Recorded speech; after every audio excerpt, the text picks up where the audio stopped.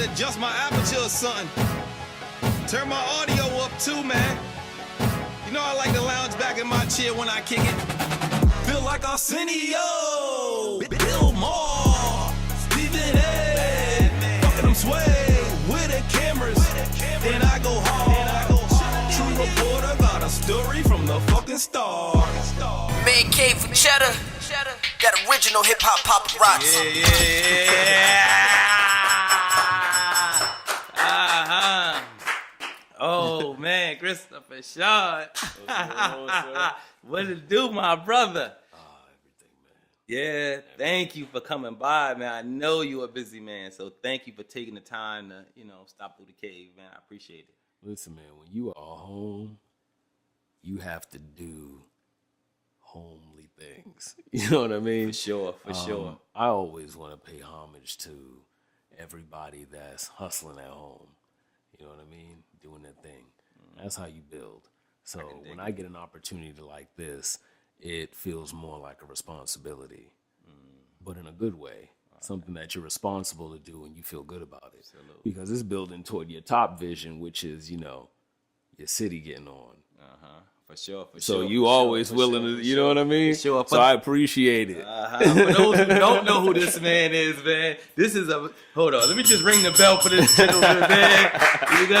Let me just ring the bell, man. Oprah, Beyonce, you're an important man in the fashion industry. Oh man, that's what God wanted. Yeah. That kind of moment, you can't facilitate that on your own. That's a bubble that you can't penetrate. Yeah. With strategies. Nah. Yeah. So tell me, how did Beyonce end up wearing your tie? Man, that was truly a blessing. And I'll start from this end of the conversation. Beyonce ended up wearing that tie because I was given the strength, of comfort with my identity from the time I was young and was able to sustain everything I went through to find myself in an opportunity later where being myself truly paid off. So I had to sustain, being different and having all these odd experiences as a person who was comfortable with their individuality and, stands out from everybody else. It kind of made me isolated, but that's really how it happened. I was able to sustain through all of those experiences, as isolating as some of them were, and ultimately find myself in a moment that truly belonged to me. That wasn't a luck of the draw at all. So if I'm not mistaken, the name of the tie is called Finale. That the name of that bow tie is Finale, and it was on Oprah's Finale show. Now you want to know how that happened? Yes. They want to know how that shit happened, man. I'm gonna let y'all know how that happened. Please. There's something called, speaking into the universe. And sometimes it's not even an intention that you have an expectation for, but in your heart, it's intentional. What you're doing, you really have strong intent behind it. So when you complete any work that has that kind of passion in it, naturally it just radiates on its own. You don't necessarily have to build a plan to power that thing. It is the power. Did you actually put the bow tie in Beyonce's hand? So how did it get in her No. hand? So here's what happened. I did a small collection of bow ties at first. And because I knew I would just keep making bow ties nonstop, I was like, okay, I need a bow tie that's like the finisher, the grand closer for this collection, or I won't stop. I'll just keep adding pieces. So I was like, let me make one. And when I envisioned it, I said, okay, I'll call it Finale, since its job is the grand show closer. Mm-hmm. And that's where its design came from, what that experience is like, for a grand show. Mm-hmm. And that was influenced from working at Valentino and all that kind of stuff, looking at couture stuff all the time. Mm-hmm. But I called that bow tie Finale. So there was an intention there when I made that piece. I called it the grand show closer. Mm-hmm. And, I made it and I really loved it. And I was always, showing it as like my finest work. And all of a sudden it found itself in the position that I designed it to be in. You know, that was the dream when I made the piece. So naturally, when you do things with that kind of intent and passion, it radiates on its own. So it was honestly like speaking it into the universe and getting the response of exactly what you said.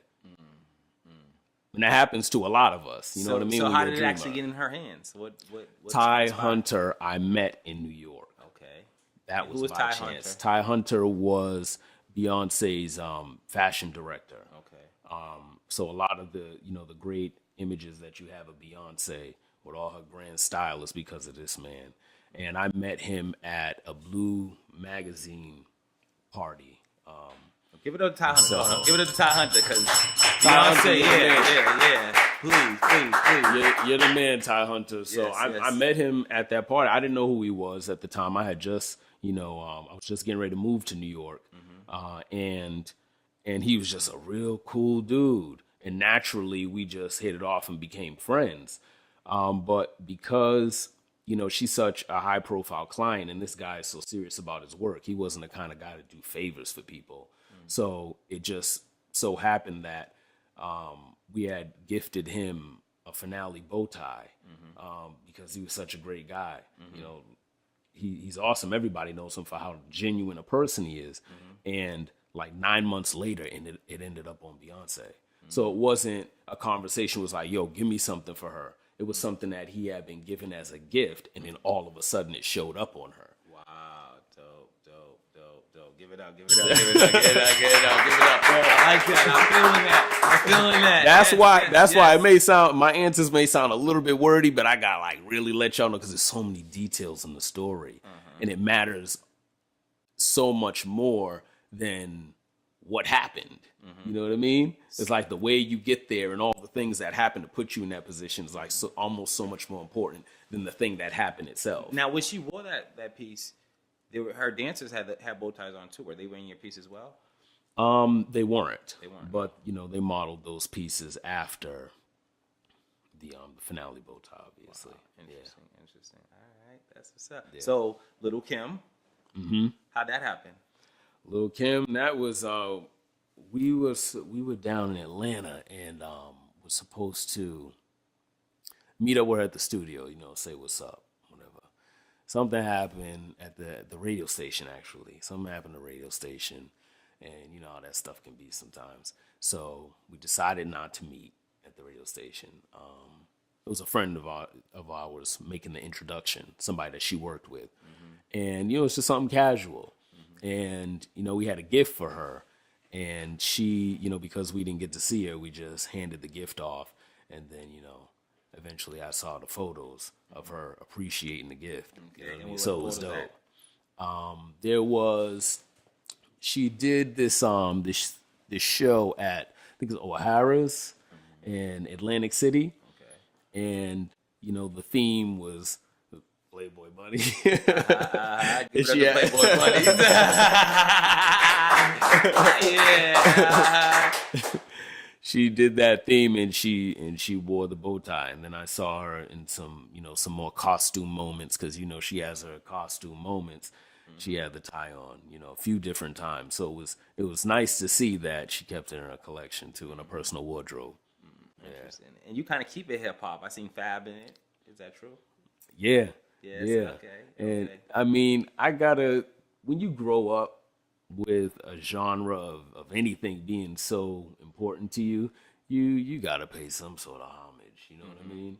It's just respect. It's part of the fabric of your life and your lifestyle. And yeah, you gotta give it up for the hip hop.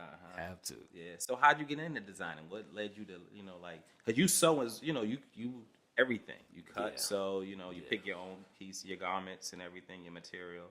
Correct. Yeah, I started. The funny thing about the sewing is I never wanted to be a designer, but I always knew what I wanted my clothes to look like. And people used to be like, "Yo, Chris, why don't you release a collection?" I'm like, "Nah, I don't want to design nothing. I just know what the clothes I want should look like." And didn't realize I was designing in my head the whole time. So it was just kind of natural, just sketching out things that I wanted to wear, and then that's kind of what happened with bow tie situations. Like I'm wearing the stuff that I like to wear for me. People see it and then they want it. So I kind of ended up being a fashion designer. Yeah, because it's an opportunity. Okay. Yeah. Okay. Yeah. Okay. So what age was this? How old were you? This started as early as high school. I started sketching stuff, concepts and all that.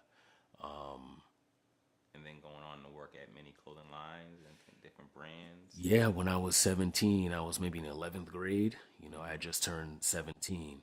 And I went into the Polo store and I saw this dope pair of moccasins. And I was like, yo, I need those. Actually, I was 16. I was like, dang, I need those. And I was looking at them. There was like $155. That was high like, top ones, right? that's a lot. Nah, the low tops. Low top ones, That was a okay. long time ago. $155 was a bit of cash to be spending on a pair of shoes at 16. So, the manager saw how enthused I was by the stuff and was like, come back when you get old enough and put in the application. And I ended up working there for like 4 years. Okay. I give it up to Ralph Lauren. Good brand to work for. Good brand to start out with. The polo history and the resume. All right. Yeah. That's a good start. Yeah, So from there, yeah. where'd you go to? I went to Valentino after that. I was actually recruited to Valentino. So I sold at that level, for about a solid year before I went on to do fashion advertising in a magazine. So, from all these different angles, the fashion thing. Yeah. And at what point did you say, okay, I'm gonna just start launching my own brand? At the point where At what point did Christopher Chaun come alive? Well, the Christopher Chaun actually, when I used to sketch in high school, naturally at 16, I wanted a custom jersey. So I would always put, Chris Chaun on the back. Okay. Because it was a custom jersey. So that name fell on clothing long time ago. Okay. But it wasn't intentional, It was just, but anyhow, so it started when I would say in high school, but the collection thing happened by people seeing the bow tie on me and wanting it, and me deciding that it made sense. Because when that did happen, I was like, okay, God, I hear you want me to make bow ties because this is too unique a situation for this stuff to be happening. The guy that saw me wearing it said he was looking for it in the store at that moment, and I was like, okay, I hear you. It can't get no more clear than that. And I said, okay, I just start making bow ties. I just launched a collection. Okay. Give it up, man, for the hustle, man. Believe in yourself, man. For real. You gotta pop that bottle of something sooner or later. You pop it off tonight, Chris. Yeah, baby. Yeah, so Let's get to it. Yes. So from this, it's Beyonce, it's red carpet, or how long would you doing just doing them before you getting in the stores? How did that begin? Because a lot of young folks think they can come out with their own brand, their own line, and I got my guy, he knows Lil Wayne. Yeah. I got my guy, he knows Everybody this trying to artist back Drake. door. I know that and think they're gonna be successful in the clothing industry. Yeah.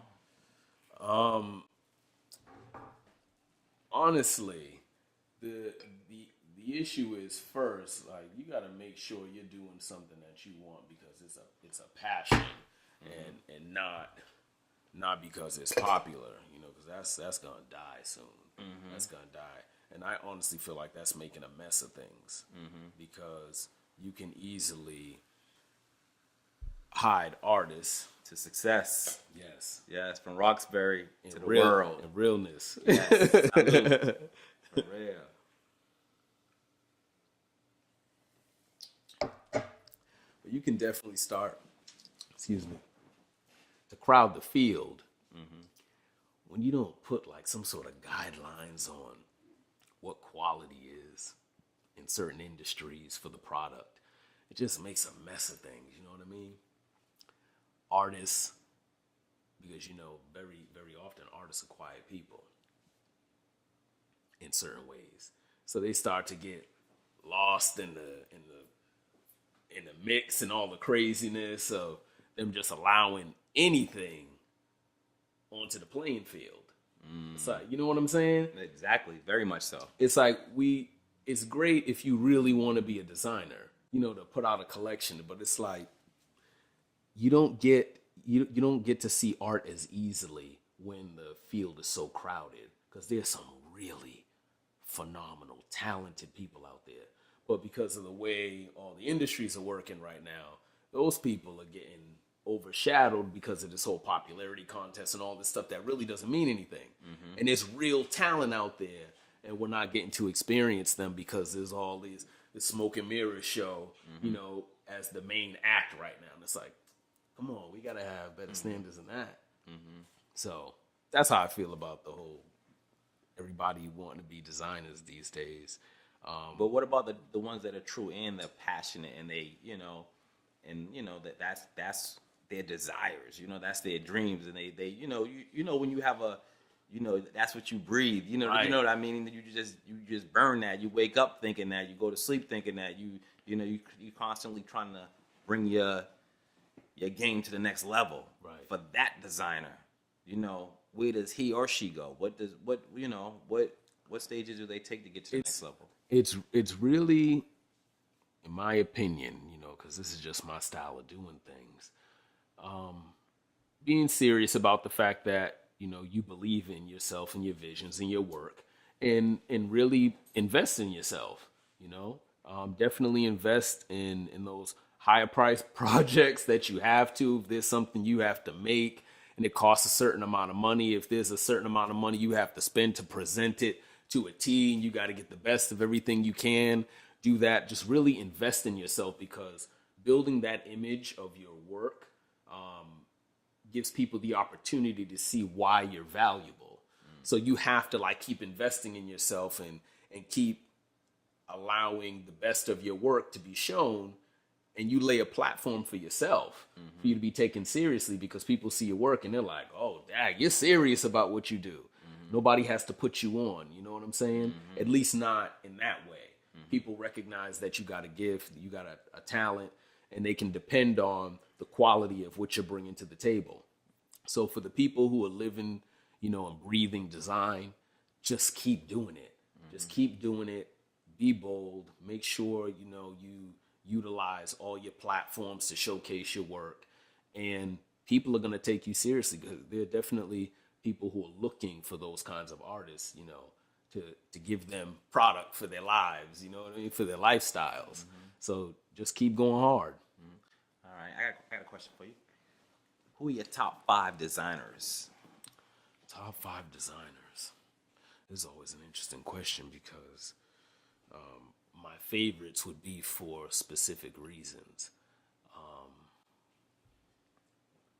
Because I'm not really even a person that watches the industry. Well, who would you with? What would you know, based on like? I think for just overall concept, tradition, fit and finish, branding, and all the power behind it, because all those valuable qualities, it's going to be brands like Hermes. It's going to be brands like Chanel. I really respect what the French do with fashion. I really do. But Alexander McQueen was like... nice pieces. For Nice me. pieces. No. Some nice pieces, for real. Well, I mean, even on top of nice pieces, the man was just a raw visionary. He was so imaginative, you know? I think he really blends art. He was an artist. Yeah, like, so it's, but, you know, but really meshing it with, it's like tasteful, but like, He wasn't afraid to Like- dream. and not doing too many of them. Thank goodness. You know, like just kind of one-offs and staying in that lane. Like, okay, you know, and kind of not doing too many. Well, I mean, at that level, naturally, you're not really going to be able to overinvest resources to overdo something like that. You know, the specialty of everything is realized, so you know that you don't make more than 2 of those, because it only makes sense in your situation. You know what I mean? But with the demand and the, you know, like you say, like it was nice. But at that level, demand doesn't matter. you can't have everything you want at that level. You know what I mean? All right, so that's three. That's three. That's three. I like your top three. You got two more. Man, let's see. Let me try to get my fashion knowledge up real quick. Who else? Man,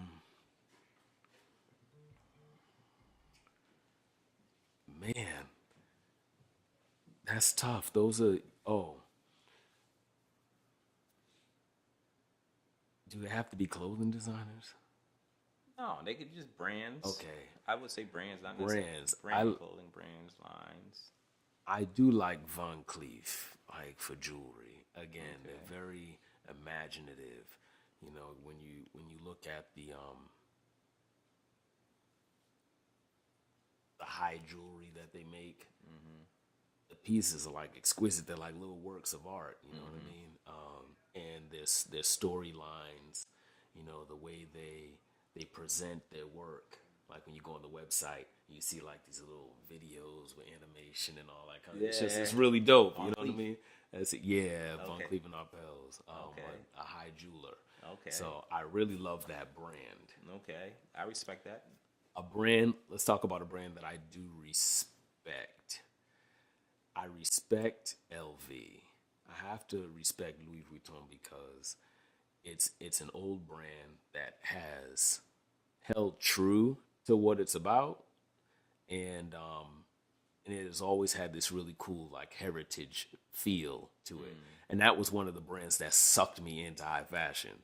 You know, being in the 10th grade on the beginning of the internet, and they were like, what are the only major brands to have a website? Wow. And you know, seeing the imagery, you know, and looking at the products and being like, you know, 15, like, damn, I want a Louis duffel bag. You know? Yes. They sucked me in. You know, even back then, you know, post Tom Ford days, Gucci was still hitting. You know what I mean? But it was a different time because high-end luxury wasn't a pop culture thing yet. You know, it wasn't. Not in the year 2000. It wasn't. It wasn't pop culture like it is now. You can almost ask half the people you know if they own something high end, and the answer is yes. And depending on what your lifestyle is, or you know what bracket you'd be in terms of how much money you're pulling in, it'd be odd at certain levels to be like, yeah, I know somebody with LV, with Gucci that makes this much money or that much money. Those products were never intended to be what they have become. No, definitely. You know what I mean? Definitely. So it's totally agree. it's interesting that happened. Yes. By the Why way. is that? And you owe me one more brand, but go ahead. Pop culture. Yeah. You paid attention. Yes. It's really the power of popular culture. You know, and what's popular culture? And the internet. What's popular culture?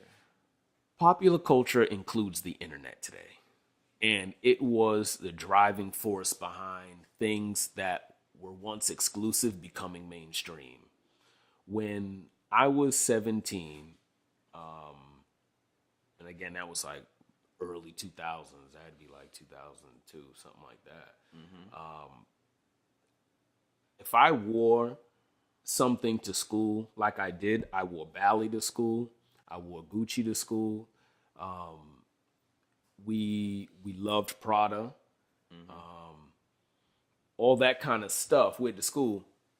95% of the people are gonna have no clue what it is, and that's what it was back then.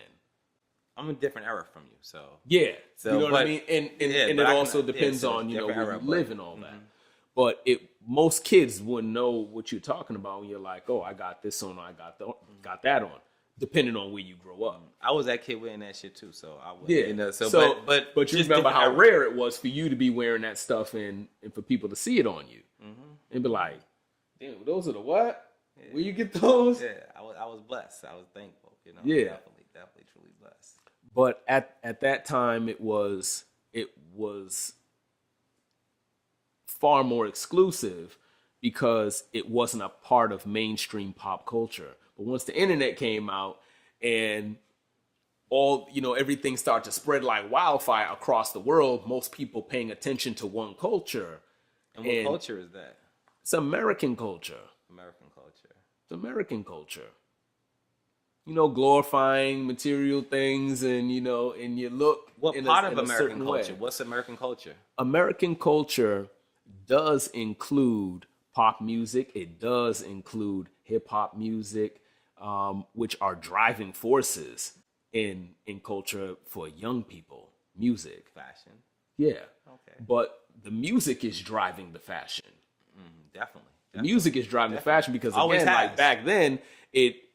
Always has. But it was only to a certain level.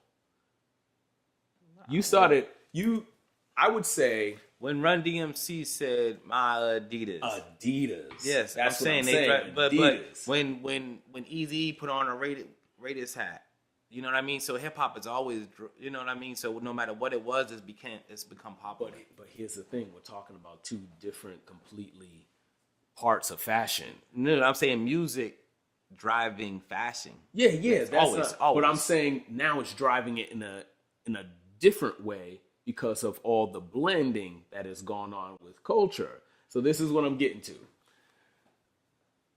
When I would say I didn't start hearing, at least hip hop music, the mention of high-end designer labels become continuous again in my world because I was young. So that's my recollection of what was going on, like what I saw and where I was, getting certain information from. But, hearing Foxy Brown being a female MC that was constantly talking about high-end designer labels, Christian Dior, Christian Lacroix, hearing those names, that wasn't a mainstream thing. That wasn't pop culture then.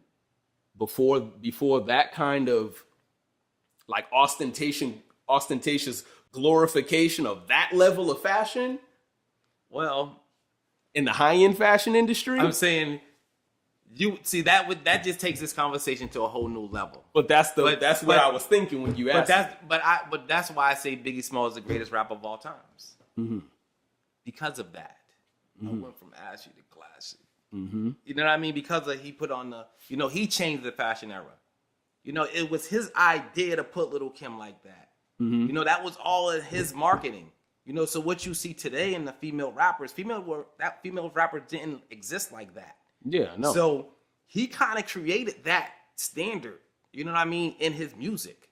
Like that was him. And then not only did he do it for men, he also brought it for female. So that's why when we compare Tupac and Biggie, that's what I always say. I said, yo, what he did for the female artists and how he changed the game, he was so influential in how we, a nigga just wore a white tee to a shirt to a club. Right. Now you had to put on a Versace. But you know what I mean? It was a smaller group then, though. It was a smaller group of people being influenced. But he ignited it. And then it began. Coogee sweaters. It just began. It began. A $300 shirt, a $400, $1,800 shirt. You know what I mean? He began that concept, and now it went to the bags, the glasses, you know what I mean? Like you said, we weren't spending money like that prior to that on hip hop.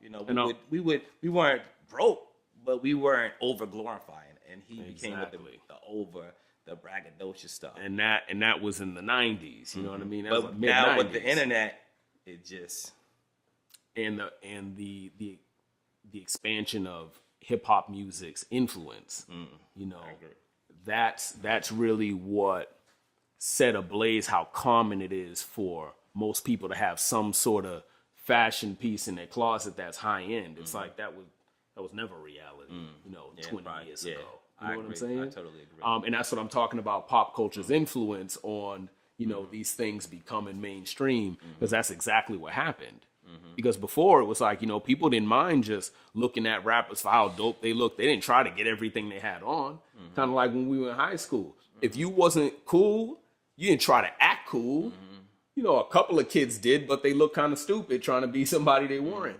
But it wasn't a way to live. So things were just a lot realer. Like I like to say, like Biggie took it out of the department store. Like before, it was like Jabob's and Polo. Right. But that was like Macy's, Hex, depending on where you lived at. But Biggie, he took it to like, the Newberries. You know, he took it to the, you know what I mean, to the high end stores. So that's how I like to call it. And I did meet some cats when I was younger, you know, who had like at least, you know, 15 years on me that were already super clean. You know what I mean? You know, they were a lot of my encouragement. I know a lot of brothers like that though. There was a lot of brothers like in the 80s. Gucci this, Louis that. I mean, you know what I mean? A lot of us. You know, you'll be shocked. You'll be shocked. But that they weren't rappers. Right. You know, today they would be called trappers, but you know, they definitely wasn't rappers. Right. You know what I mean? Back to designers. One of my favorite designers I had a chance to kind of get a chance to sit down with was Johanna from LRG. Oh, nice. You know, the owner. He passed away. Jonas, that's his name. Jonas. I had a chance to sit down with Jonas, one of the good friend of mine. Real good dude. You know, he was but his passion, his desire for this fashion shit, man, for this clothing. Like he told me that when he started LRG, he went 7 years before he made any money. Mm-hmm. But his passion to keep on going with LRG, to keep on pushing, to make it a brand, you know what I mean? Like, you know what I mean? It just drove him to, you know, make the LRG the brand that it is. Yeah. You know what I mean? Man, but when he was around, man, it was at its heights. You know, it's still a popular brand, but nothing, you know, like sometimes like when you lose the leader of the ship, you know, but it's still a staple. No, it was definitely one of those brands I respected, bro. Yeah, you know what I mean? LRG was. You fuck with LRG. Yeah, it was hard. Yes, You knew it as, you know, upscale streetwear. Yeah. For real. You know, we're gonna flashback. Let's check out some of this LRG. Got original hip hop paparazzi. Yo, peace, bro. This the R&B hippie neo soul rock star Raheem Devon. What's going on, Cheddar World? Chilling at the LRG photo shoot. Right now, I'm getting my jeanery on. My jeanery.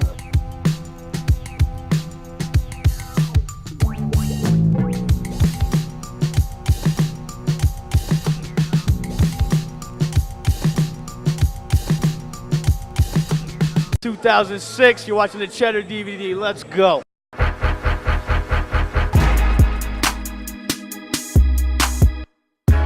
What up, Cheddar? This is Chuck Barrett, Director of East Coast Marketing, Director of East Coast Visual Merchandising for LRG, the most innovative clothing company out there.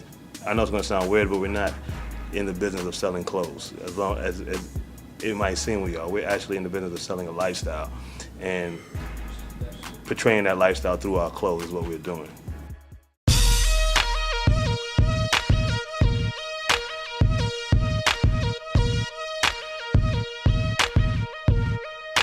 We literally had to go door to door and say, hey, we check out our t-shirts, doors closed in our faces.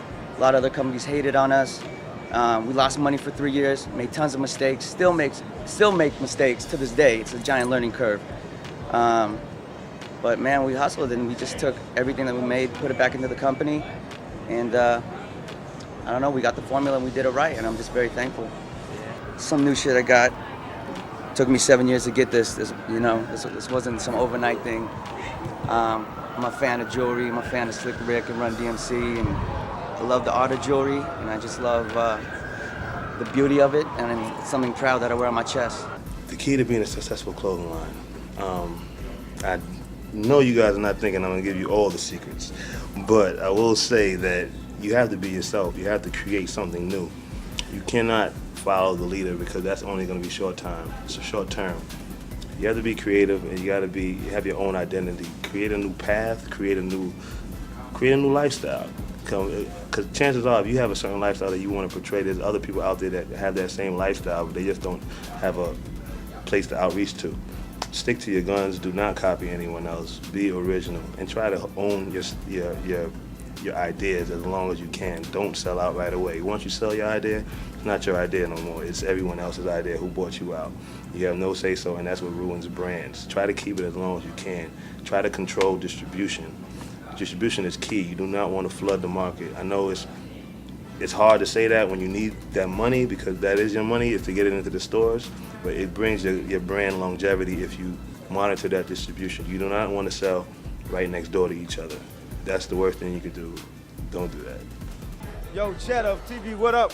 Yo, what's up? It's Kanye. I gotta go to the studio. Holla. I think the streetwear game changed, the urban market changed, and people were ready for something with substance, something a little bit more forward, something a little bit flyer. And you know, the Kanye West ad was amazing. I mean, that was major. Who else? Just Blaze. Man, the list goes on. We've had so many blessings. Some of the pieces, the straw hat that we came out with, that High Tech wore 5 years ago, we got known for that. We changed our font from LRG to the cursive LRG. People started to recognize with that. I don't know, we started to build an amazing team as far as marketing and sales and production and design, and you know, and it just started to all come together. They'll say that we're the #1 clothing line in hip hop, but like we want to be the #1 clothing line, you know, period. Like that's our goal. We trying to be an American brand. America, let's stop using the word urban. They're trying to hold us back by giving us that word urban. We make clothes. We're making American brands. America is all of us. America is hip hop. If someone tells you you're making an urban brand or you have an urban line, don't even say that anymore. You're pigeonholing yourself. You're making clothes. There's no genre. You're making men's or women's. Main K for Cheddar.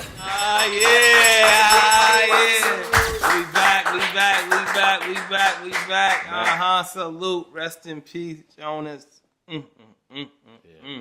Yeah, so, man, we were talking, so once that Beyonce stuff happened and Beyonce wore your tie on, Oprah, did the phone start ringing? It was interesting. The tweets started first. Okay. Yeah, the tweets started. Yeah, the phone was ringing too. Yeah. The phone was ringing. Yeah. Yeah, the bags is getting heavy, huh? Yeah. The phone started ringing. It did, yeah. Yeah. So how did you keep up with that demand? How would you what would your next moves? Just really vamping up, the production process, starting to learn all the little tricks to keep yourself ahead and prepared, to deliver a somewhat custom product, because these pieces are, a lot of the work is hand done. There's no way around it. And that's a process. So, but just figuring out how to streamline that process and actually, becoming more skilled in your work as time goes on. So you do things more quickly, more efficiently. You do things better overall. So that's kind of what that time was like. Just got better. Just got better. I see your game. Yeah. I see you on your game now. You killing it. I see you. I see. Yes. Getting ready. Getting bag. Get ready. Yes. So tell me, you've worked with a lot of clients. Who's your worst client? My worst client. Some fool. If I could be honest, Please be honest. Order a tie, and I think I've had 2 returns in like the past 8 years. 2. One of the that's about the hell of a 2 fucking returns in 8 years. 2 returns, and one of them was legitimate because the person who purchased the bow tie actually received it as a gift at the same time. So they received one as a gift. The one they had just bought online, it was like, oh, somebody just got this, and I knew, what I mean? It's like I'm creating these ties and sending them, all over the country and across the world sometimes, and it's like, oh no, I know that person that lived in that proximity to you just purchased that bow tie. It's like, so I get it. And that was one of them that came back. The second one was so ridiculous. This dude got the nerve to say he don't think it looks like the picture. I said, you sound ridiculous, sir. And I don't even want you to wear my tie. Yeah.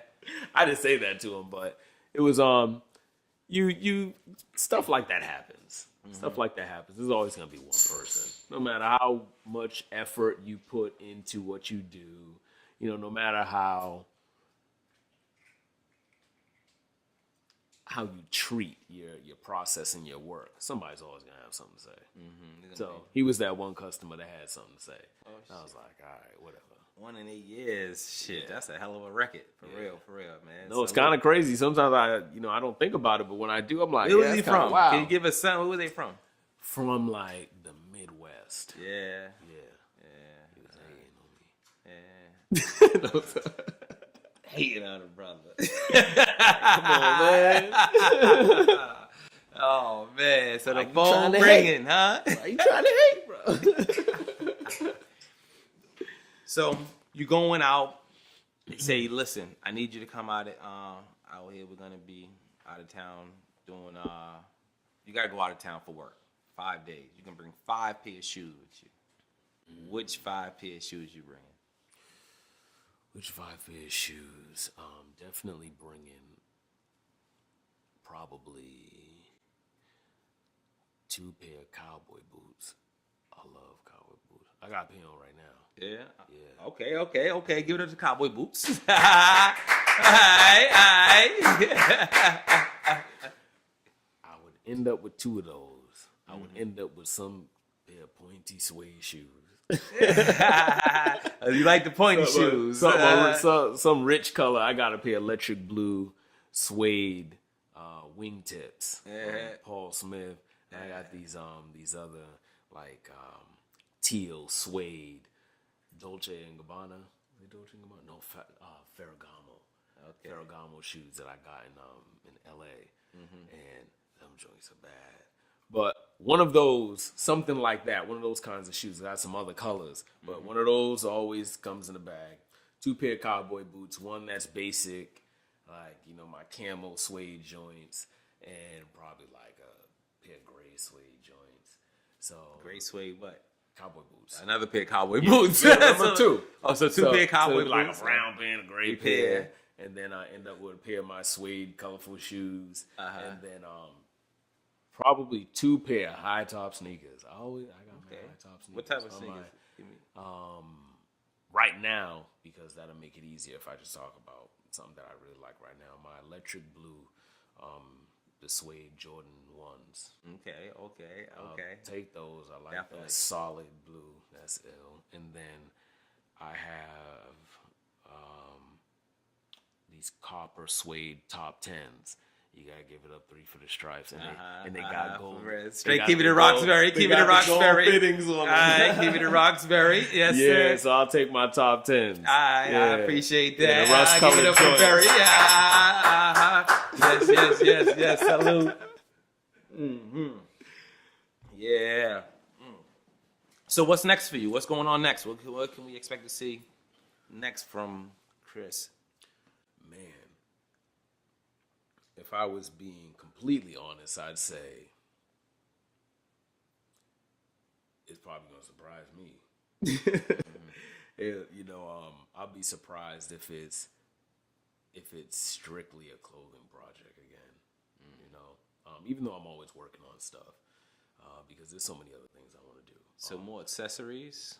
Do you see yourself in that? Like, I've looked at home goods and all kinds of things. You know what I mean? Wow. Furnishings, all kind of stuff. You know, it's definitely not limited. You know, again, I got caught up in a hobby. You know what I mean? Becoming a business. But now when it comes to me really wanting to do something in particular, that's when it starts to get a little crazy. So that's probably what you can expect from me next. favorite place to shop? These days, probably a vintage store. There's a spot in Boston that's crazy. It's always been crazy. Over anywhere in the world, you would go in this place in Boston. Well, there's this. It's a place I'm connected to. You know what I mean? I got a lot of my favorite. Because I know you pieces shop in my Cali. collection. You probably shop in other parts of the country, other parts of Yeah, the I world. mean, and I've seen some. There's been some raw clothes in London and in Paris. You know what I mean? But I believe in paying so much homage to your home that you take the best of what you can build your vision with out of home, and it's a part of who you are. You know what I mean? It's like, yeah, I get my gear from where I live. What you mean? It's like we spicy where I come from. We got some options. Like, yeah, I shop everywhere else, but it's like, nah, I got this from a store, my hometown. You know what I mean? So what's the store name? And Bobby's from Boston. Bobby's from Boston. Yeah, Give it rest to Bobby in- from Boston. Yeah. Yeah, where they at? Where they located at? Rest in peace, Bobby. Because Bobby passed last year sometime, I believe. Unfortunately, but great store in the South End. Okay. In the South End. Okay. Off of is that Albany Street, Harrison Avenue. Okay. Yeah, off of Harrison. But the second store, I owe you another store. I'm still somewhat in my heart. You owe me another brand for your top 5 brands. That's what you owe But me. I owe you owe me another another brand. store too. You know me from way early in this way conversation, somewhere along the line. You know, you was like Chanel, you was like Louis. I think you said Alexander McQueen. Alexander. Yep. You said Van Cleef. Van Cleef, and yep, and one more you owe me. One more.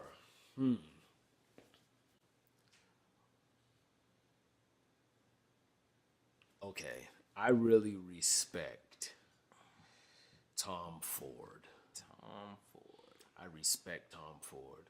You know, it's almost like this classic chic American gentleman approach. You know, to getting dressed as modern at the same time. But this man is so seasoned. You know what I mean? He led Gucci, you know, into the stratosphere that they're in now.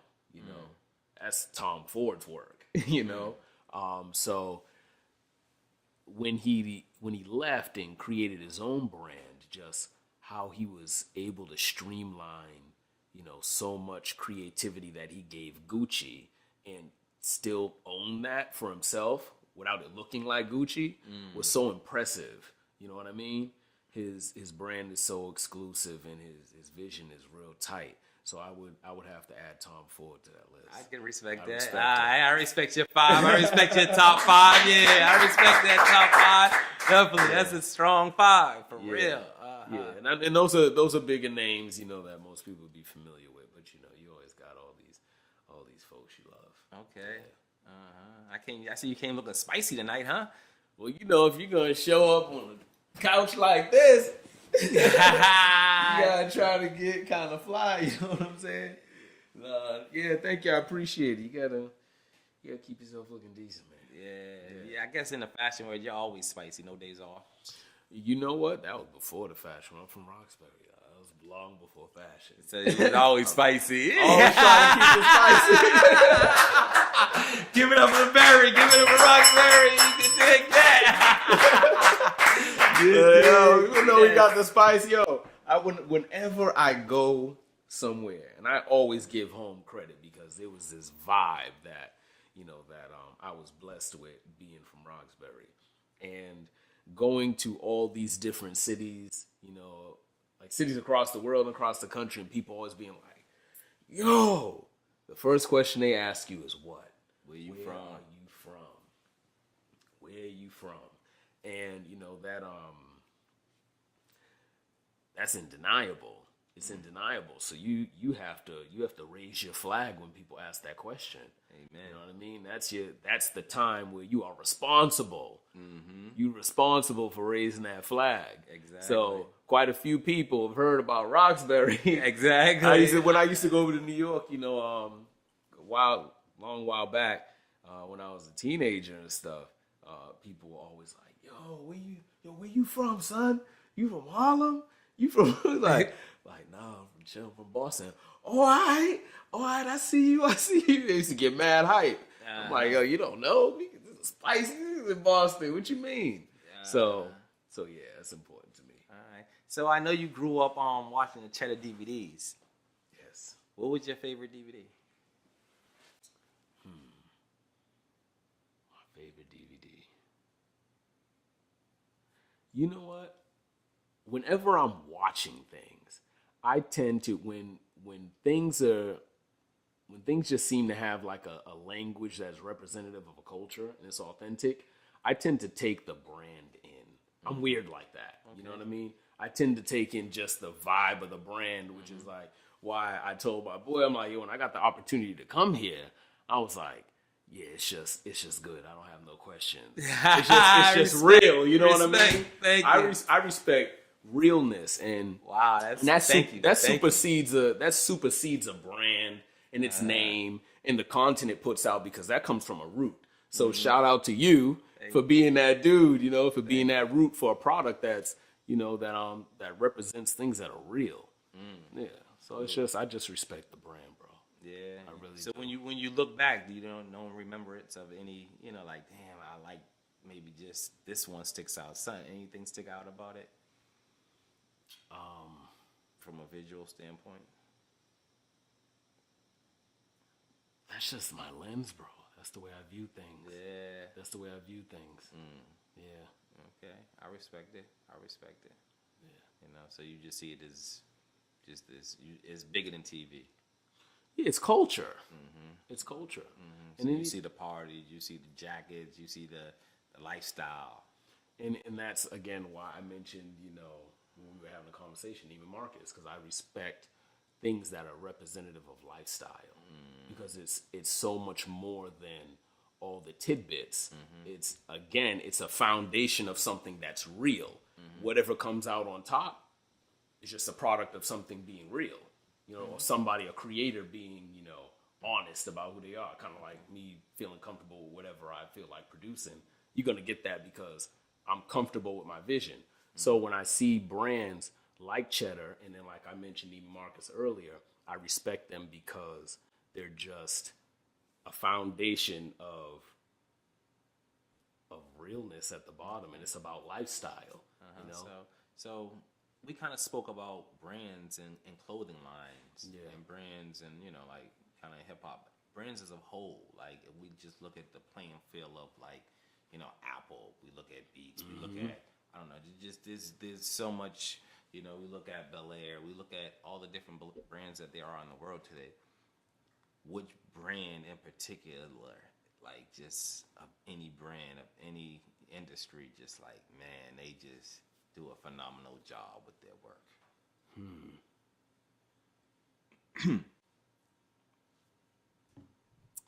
I would say Boeing is one. Boeing. Why Boeing? I know what Boeing is, but why Boeing? They make airplanes, for those who don't know, but why Boeing? Well, they seem to have positioned themselves as like the premier identity of what the future of modern air travel is going to be. You know what I mean? I feel like that's some powerful branding, from their designs to, you know, just the way they present everything. It's, you know, the Dreamliner, when that came out, it's just it's this kind of this lifestyle thing that's being sold.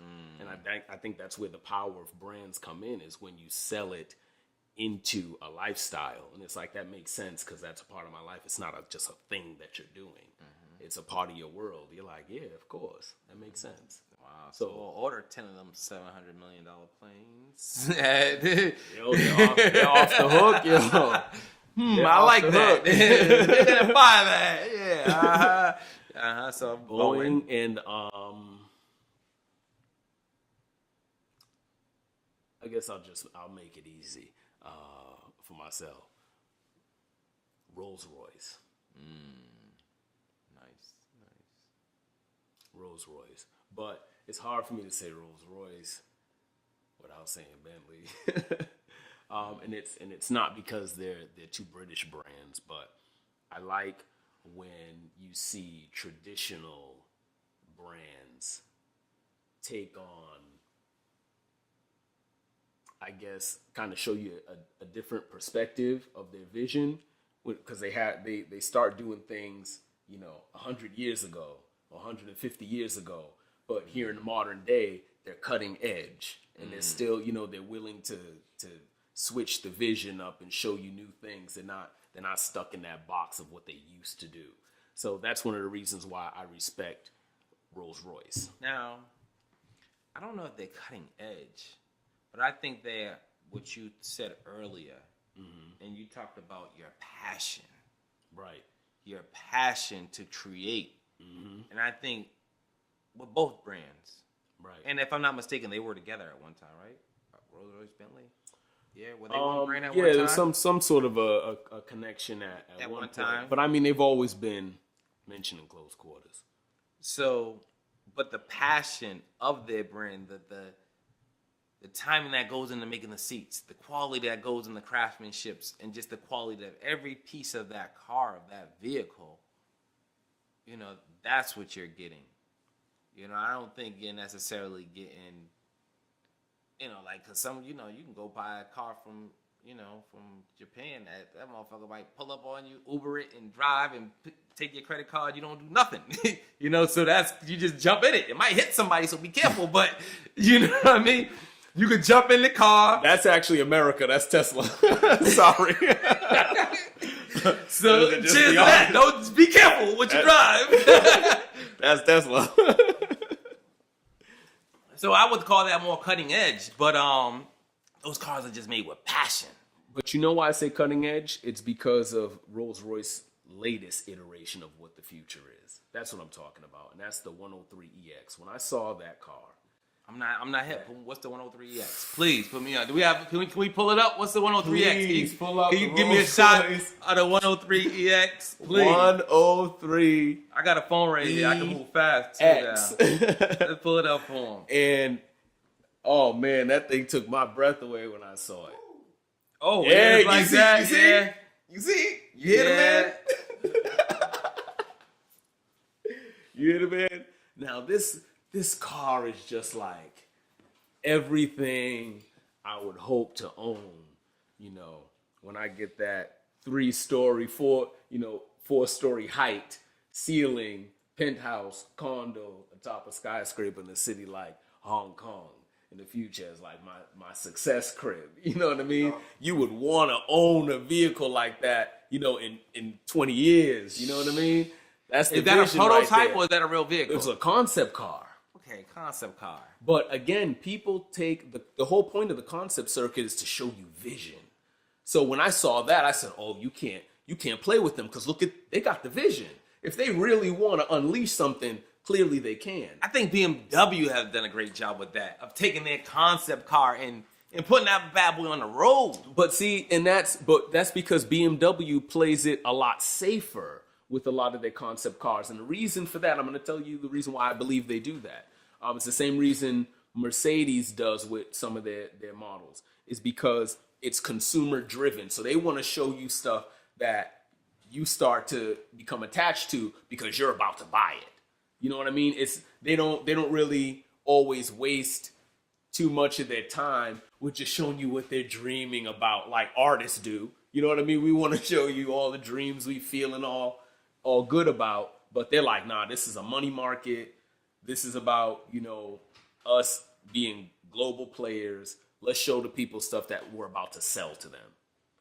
But this isn't really that. You know, when I saw this vehicle, I'm like, oh, that's cutting edge because Rolls-Royce is an old brand. So for them to show you a vision like that at this point, they're a formidable player. But before that, no, I would never call them cutting edge. Never. Because they weren't. All right. I don't know, that i8 though. Yeah. It's dope. That i8 is dope. The i8 is like, it's a concept car. Yeah. Like, so it's almost like a rolling concept car. The first time I just ever seen one, it was just like, you can drive that on the road. Yeah. You know, it's just like, whoa. Mm-hmm. Whoa. You know, it's not even a practical car, really. You know, I honestly would take a Lamborghini or a Rari over one. Yeah. But it's still a bad motherfucker. No, I have to, you know, I wouldn't disagree. Mm-hmm. The i8 is, you know, if we're talking about cars that are on the road, it's a different story. You know, what Rolls-Royce has on the road doesn't, you know, it's not cutting edge at all. But yeah, the i8 is definitely one of those vehicles. I respect BMW's vision. They're about to kill it with the M8 Grand Coupe. And that concept car, I think that just showed at at the Geneva Motor Show. I see you up on your car game though, huh? Oh, I love cars. Some Roxbury shit, huh? Seeing all these whips Yeah, give it to Roxbury. on the ground, looking good. Yes. Everybody had the booming system. So I heard you got some bow ties. Yeah, man, I can't come through without bringing some bow ties. Yeah, I think probably just as spicy as you are, though. I bet you that, huh? I know that's right. I see him sitting down there, slide the motherfuckers down, man. Slide the bad boys down here. Yeah, baby. Yeah, here we go. Yeah. I love this piece. I really do. I'm a big fan of mixing texture. You know what I mean? Touch it? Can I hold it? Yeah, definitely. What is this made of? That is lamb suede and lamb skin. Lamb suede Yeah, and lamb skin. and lamb skin. This shit's dope. The metallic gold. I have this. It kind of collection matches I've the been mic doing black and perfectly. gold. Yeah, Yeah, put a bow tie on it. yeah, put a bow on this mic. Yeah, I like this one. Yes. Yeah. Then I have this one here, called Tuxedo Sport, and I called it that because I'm a big fan of mixing occasion pieces. You know what I mean? So it was very natural for me to do like sportswear with formal wear. When I finally started getting dressed the way I wanted to when I was a teenager and started buying my own clothes, I always, mixed those kinds of concepts together. So I said, the sporty tuxedo look is something that has I got a couple of pieces. This is going Matches nice with some too. suede. Jeez, man. I need the collection. Shit. Man, I definitely got something this will look good with. Yeah, baby. I like that one. Yeah. So then I got this. I'm going to show this to y'all. This piece, which I love. I love things that are simplistic, but again, I'm really about texture. This is a tweed that has a metallic weave in it, and this to me is just very stately. Like, you're ready when you have something like this on. This is award ceremony. This is red carpet, picture perfect moment. That's the way I see this piece, and it's lined with off-white lambskin. Nice. The neck strap is adjustable silk charmeuse. And that's what they all are the neck strap. Yeah, for the most part. Wow. The denim bow ties tend to have the denim, and then when I do, some of the more traditional fabrics throughout the year, if I do seersucker during the summer, so I have like a cotton, neck strap. But it's all appropriate. I see. Some nice pieces here. Some nice pieces. Thank you. I also brought this. This piece, again, is my obsession with suede and metallic lambskin. And I like dark, rich colors, so that just naturally made sense. Yeah. I see something down there with a chain on. What's that over there with a chain on there, huh? What is that right there? This piece, this is my baby. This piece is called Finale. This was my original vision of a couture bow tie. Something that was extremely high end and would be worn for the highest of occasions. And yeah, no coincidences there, right? Yeah. How much for something like that go for? Finale typically starts around $550. Sometimes I do specialty versions, and it varies. Wow, it varies. And typically these other Some bow weight ties, on how much? What's the cost on this bad boy is? She's mean. She's a piece of work. This is some jewelry, for real. Yeah. This bad boy. This is nice. And the point of the chains and the design were to give the piece movement. I said if something is going to be the closing, showpiece, it needs to be alive. And I thought about a bow tie, and I said, well, it's not very alive. I need movement of some sort. We equate that with life. So I said, okay, something has to be moving. And then I saw chains. And I said, okay, that's to have two beautiful dangling chains, you know, with the facets on them. You know what I mean? This is dope. This is a nice To piece. give you the movement effect. Nice piece. It's a nice work. It's a nice work here. It's a nice work, man. Give it up. Give it up. It's a nice work. Yeah. Thank you. Yeah. Definitely. I won't Thank mess this you. up. I won't be in a hole for about 1,200 sitting It- over it here. won't break. Maybe a little bit more. About 3,500 on this table. Let me not spill none of don't this spill champagne nothing. on there, man, boy. Yeah, baby. Live from the man cave. Yeah, man. Yo, you look smooth. I think I got a new customer. Yeah. Yeah, man. Yeah, this you right here. This one right here, this black and gold. That's you. This is black and gold. That's Uh-oh. That's you. You about to get clean. Uh-oh. This guy. You see that? You know how fly this dude to be. I had to put that up for something special. Put that bow tie on. I had to put that up for something special. I can smoke this motherfucker. I don't know, this motherfucker. This is like a good fat blunt side, you know? Like, yeah, we're gonna call this one the Chief. Look, people buy Let bow me go with ties them for Chiefs. different reasons. Yeah. What's the name of Different this? occasions. What's the name of this? This one is from the Genesis collection. I believe this is Genesis 7. Genesis 7. Yeah, that's a nice piece. I like that. I do like that. Yeah, the Genesis collection is an ongoing collection that features black and gold pieces. You see that? And I have a big client for this aesthetic out in Chicago. The Hong Zhou, or the Joe brothers. He's a prominent artist. He and his brother, the Joe brothers, from China, and you know, so their work is like live art. A lot of their work is live art movement, and they work together and create these magnificent murals. And you know, they've gotten commissions from the White House, and you know, they've done all these amazing openings, you know, across the world and at these specialty museums. And fortunately for me, you know, there's someone who is kind of like that, lives in my world, that you know, that loves the product as much as I do. And he's a special client for the black and gold. The Hong Joe. Yeah, look him up. Look up the Joe Brothers. ZHOU Brothers out of Chicago. Okay. Phenomenal. Okay. Yeah, so he's a big inspiration for the black and Behind gold that piece. Black and gold, exactly. Black and gold.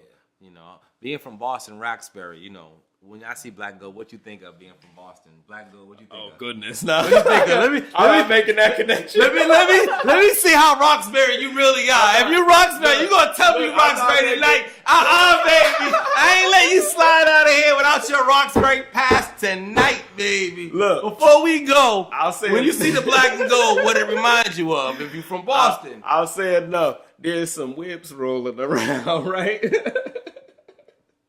There's some whips rolling around, and they have that branding. And there's a man who got that black and gold branding where I'm from. So salute. Give it up to my brother Chill. What it do, Chill? Give it up. That black and gold. Yeah, you know what it is. that's Chill Will with the black and gold. Yeah, whips. for sure. Yeah. Salute. Yeah. So, thanks for coming, though. I enjoyed you. I don't know if did we miss anything? Nah, I think we've got everything, man. I think we covered you quite a came and you bit. set it down. Man, I got some ties. I got to talk some shit. I know some shit about some fashion. You gonna talk? Yeah, Roxbury, man. We some cold brothers, man. You know, I respect your hustle. All about to find out. Definitely respect your hustle, for sure. Keep doing what you're doing, man. Salute. You know, don't let them hold you back, man. Stay away from them haters, man. You can't. Keep pushing, man. You know, stay fly, my nigga. Signing out. Man cave for cheddar. That original hip hop paparazzi.